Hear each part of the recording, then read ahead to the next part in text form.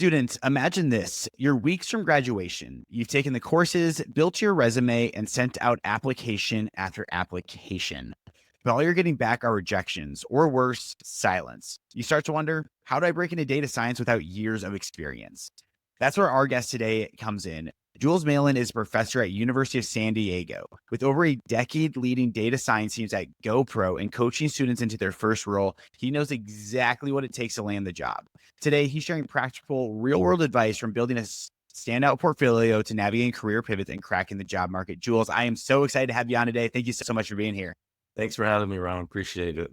It's going to be so good. You have such a great background. You're at the University of San Diego now as a professor. You worked at GoPro for numerous years in data science. Before we start asking you all the questions about get into the job market, I want to ask, who is Jules Mailin for someone listening for the first time? Sure. I can relate to most students. I myself started my career in more of an operations, demand planning, supply chain, demand forecasting, about 10 years of that. And then I started my master's program in data science at Northwestern University. And that changed my career. It allowed me to pivot into data science. And GoPro was my first chance to be a hands-on data scientist.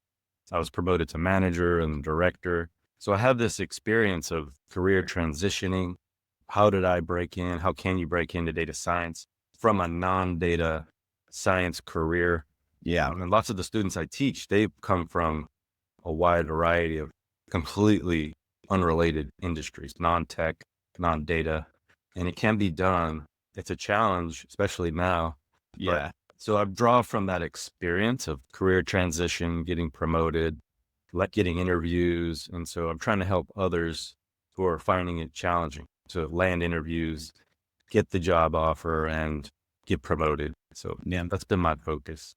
Yeah. Let's talk about the current job market today and undergraduates trying to break into the industry. What are the biggest challenges you're seeing undergraduates face when they are trying to get that first data science or analytics role? How can they overcome it? Yep. First of all, and we were talking about this earlier, imposter syndrome, thinking I don't have the skills, I'm not good enough, or you have some doubt. And I think the first thing to really, what I try to coach, and it's not easy, is to really believe you can do it. People just like you, just as smart as you, not even as smart as you, have pulled it off. And I think it's really focusing on the tech skills, but also your communication skills. And I've seen folks break into data science from a background where they taught themselves the skills. Just the skills, the training's online and it's free if you can find it, but it is time consuming training and you need to have the right motivation. Also, boot camps, those could be a way in as well. They give you plenty of training. And then there's the master's programs or formal education. That was the path I chose because for me, it was right at the time. Accountability, you're paying a lot of money. You don't want to waste your money. Have a grade. You're giving grades and you're measured, and a lot of folks have their companies paying for it. So you have to get a B or an A to get compensated. So you're motivated to do well and commit. So I think education, whether you do it on your own or formally, is a big way in. And I think it really boils down to what I've seen, and I've hired and seen folks get hired from all three of those scenarios. And it's really, do you have the technical capabilities? And it's interesting. A lot of these programs don't teach enough. For example, SQL. If you're a data scientist or analyst, even machine learning engineer, you need to access the data. And a lot of your work is spent querying and organizing data with SQL. And so just learning that language itself is a huge advantage, puts you at a huge advantage. And then, of course, Python and R, really learning how to do machine learning modeling, predictive modeling. And so learning those skills, the hiring managers want to see you have that capability. They don't really care anymore about, did you graduate from a tier 1 university? Did you get a 4.0? Grades are inflated these days. These institutions really, they're encouraging folks to learn. They don't want to penalize them if they're not performing. So there is this sort of inflated, and the universities are a business. So they don't have an incentive to to fail people. Yeah. So there is a little inflation. So hiring managers don't particularly care about your grade. They just want to know, can you do the work? Can you do the work? Can you showcase? And so I would say your knowledge, your training, be it your own, on your own, or formal, your resume is key. It's a simple document. It's your first time a company hiring manager recruiter sees you. And so you've got about 8 seconds. The studies show between 5 and 10 seconds. That's all you got. So I say about 8. So if you can hook the hiring manager or recruiter in those 8 seconds, they're likely to go and look at your online presence. First, your LinkedIn.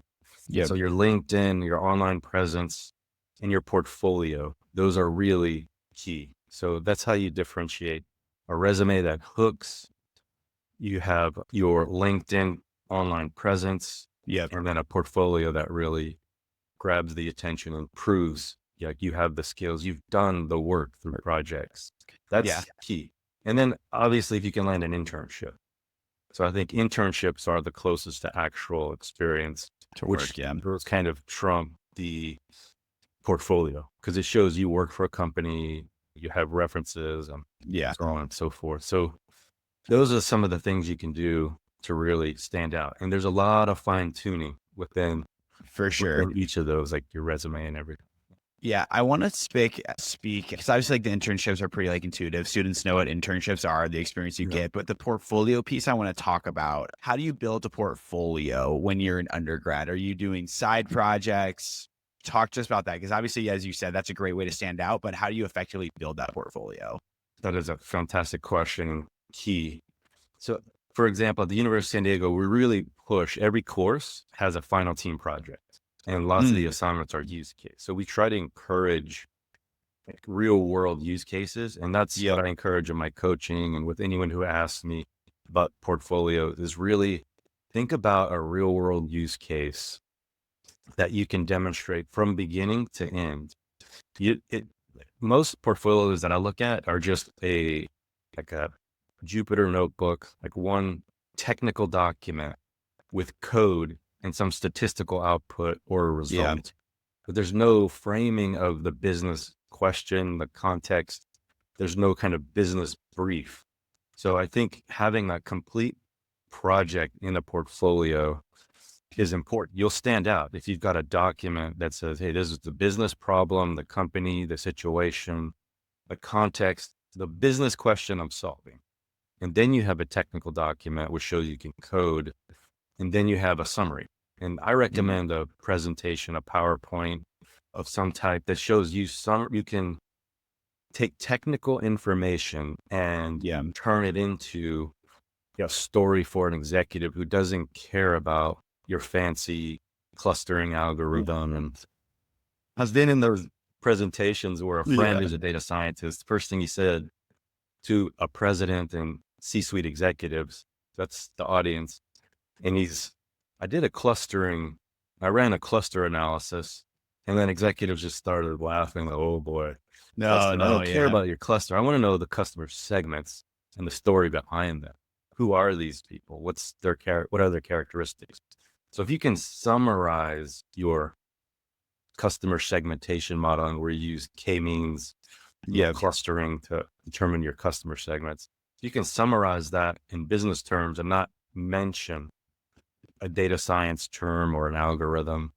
If you can do that, tells a lot. So the business document that says this is the problem I'm solving, show you can do it with the coding, but also summarize those technical terms into meaningful, contextualized insights for whomever you're presenting to, marketing, product, finance, in their language. So I think those kinds of projects, also non-common projects. I see a lot of the same projects like Titanic data set, banking data set.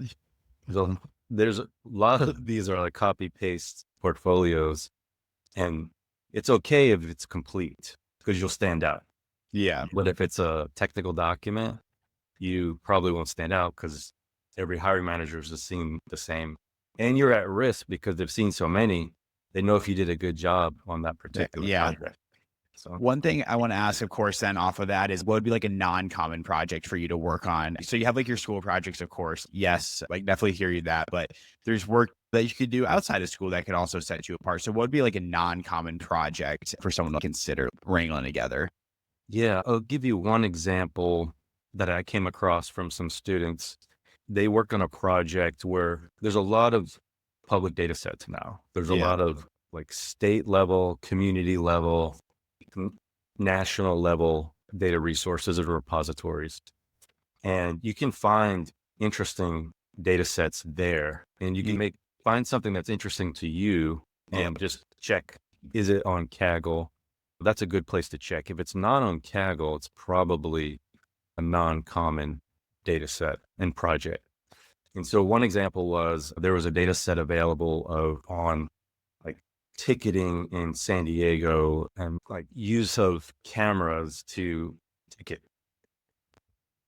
drivers. And so Yeah. kind of public data around computer vision related photos and videos and stats around Super cool. tickets and how local governments raise money through these kinds of tickets, or computer vision data sets out there where there's satellite imagery, or a good one would be with all the different environmental challenges of hurricanes and fires. There's a lot of satellite images where you could possibly create your own project, like For sure. what kinds of homes and construction are more resilient and likely to be some valuable information for real estate agencies or insurance agencies. Be creative. There's create your own project. There's Yeah. just so many data sets. It just find something interesting, double check it's not common. Kaggle's a good place to check it, and then create a business problem where you Yeah. need Yeah. help, or a business question that helped drive that project. Yeah. Yeah. I think that gives us like a really good context of a business or like a portfolio to build. Of course, progressing down the same talk track is then you have to like break into the job. And of course, we talked before we actually started recording. There's hundreds of job openings and there are thousands of applicants. To actually be able to get your resume like scanned, get through the automated process, if it is automated, like land that first interview, like how do you coach it to your students? I would say the best advice, the ideal scenario, and I think the most effective advice in action is to identify the job type and description. If you can pick your industry, whether you're not sure or not, but just do your best to pick the Yeah. industry, the type of company, and the type of team. Is it, for example, if you're in pharmaceutical, you want to go in the pharmaceutical industry. Are you on the team that's doing the AI or ML Yeah. behind finding new drugs? Very specialized team, which is specialized to that industry. Or do you want to be marketing analytics, which Mm. is a team that exists in most companies and most industries?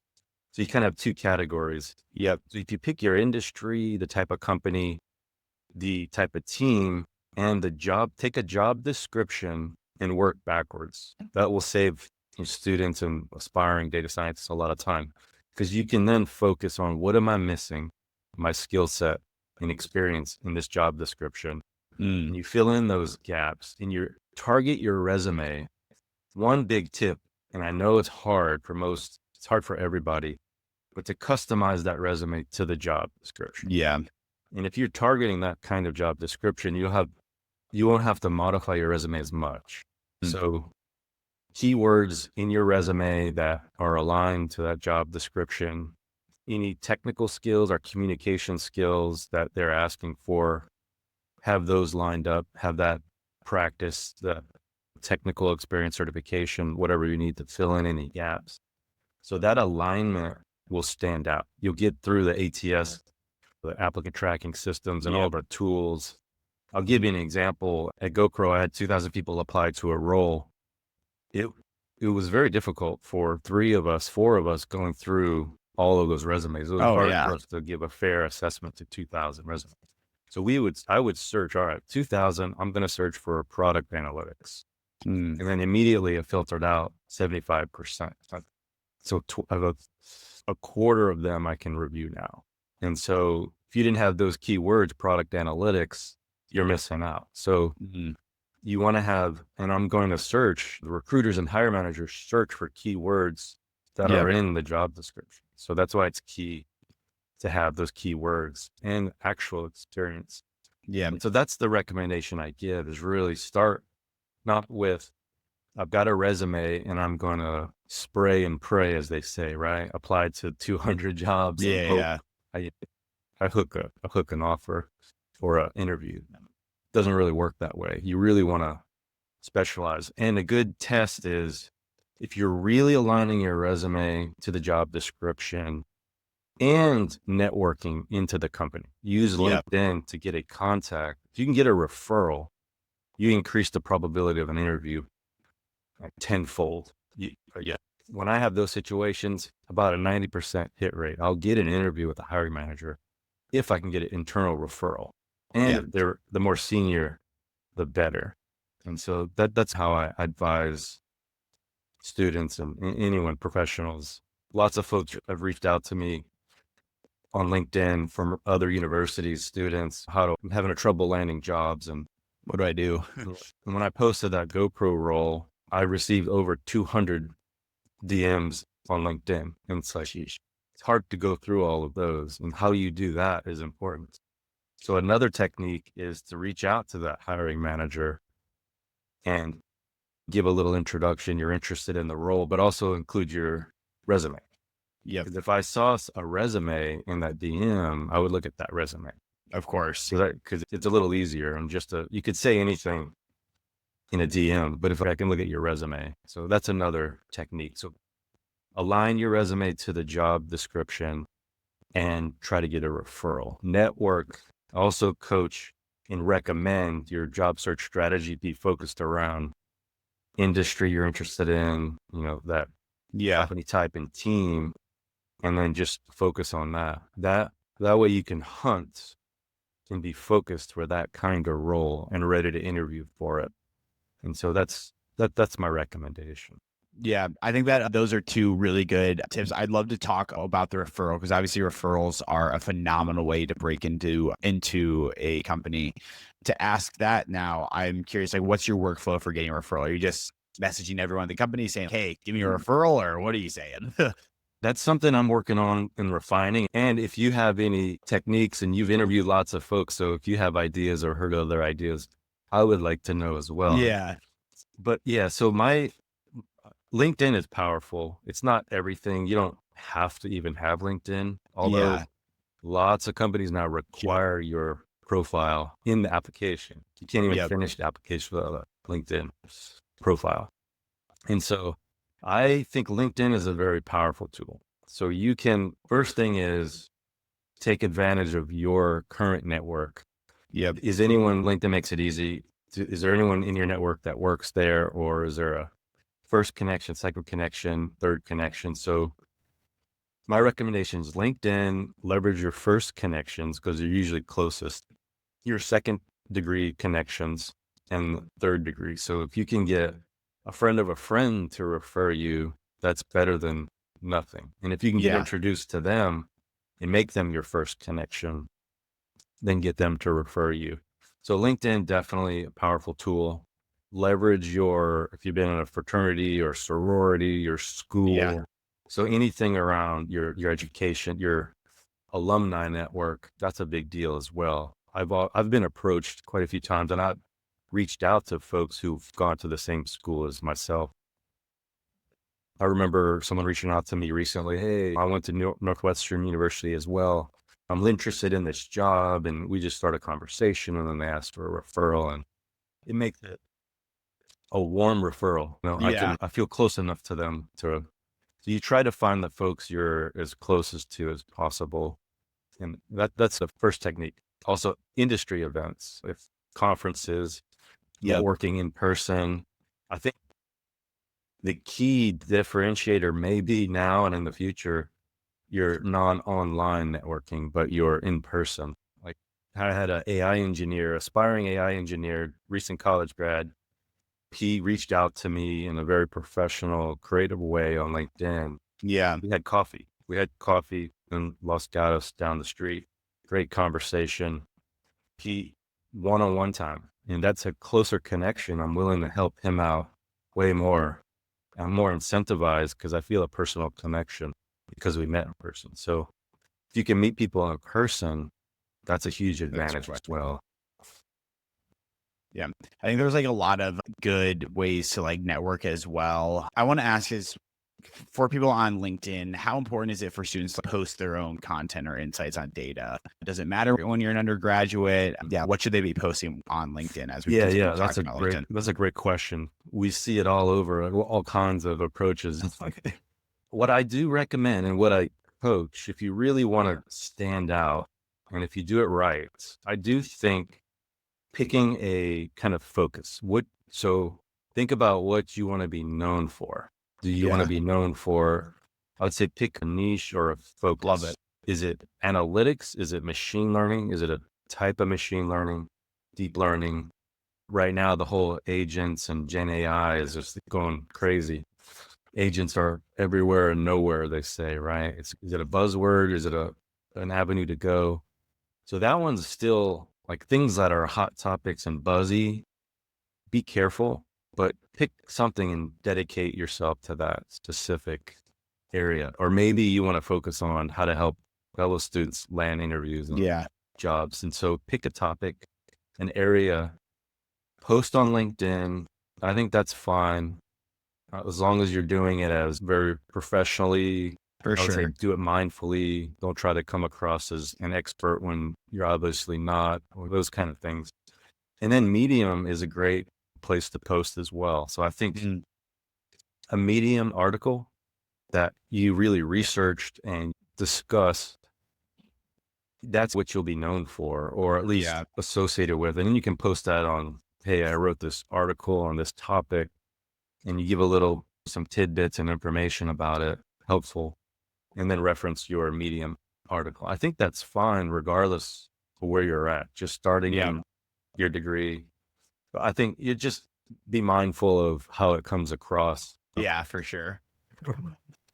I love it. Jules, we have talked about a lot already in this podcast, like really like how to land their first job in data science, like what I'm getting across here. I want to ask just like one more question for you, like just general advice you had for someone that is looking to break into data science right now. What advice would you give them?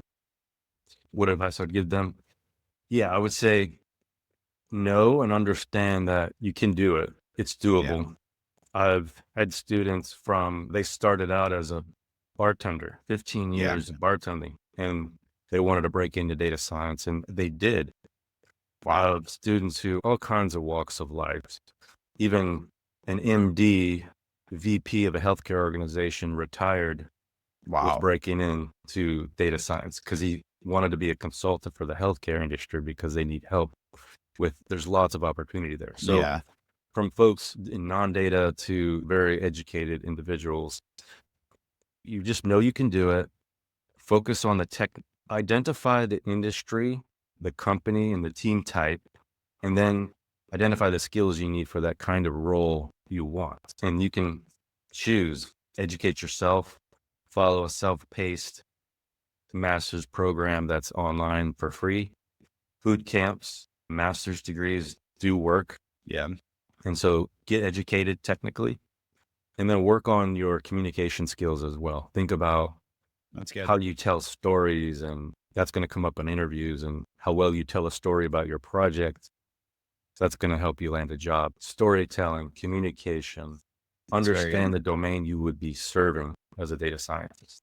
If you're in marketing, doing marketing analytics, you want to understand the world of performance marketing and ads, and we're doing multi-touch attribution and media mix modeling or whatever it is, A/B testing.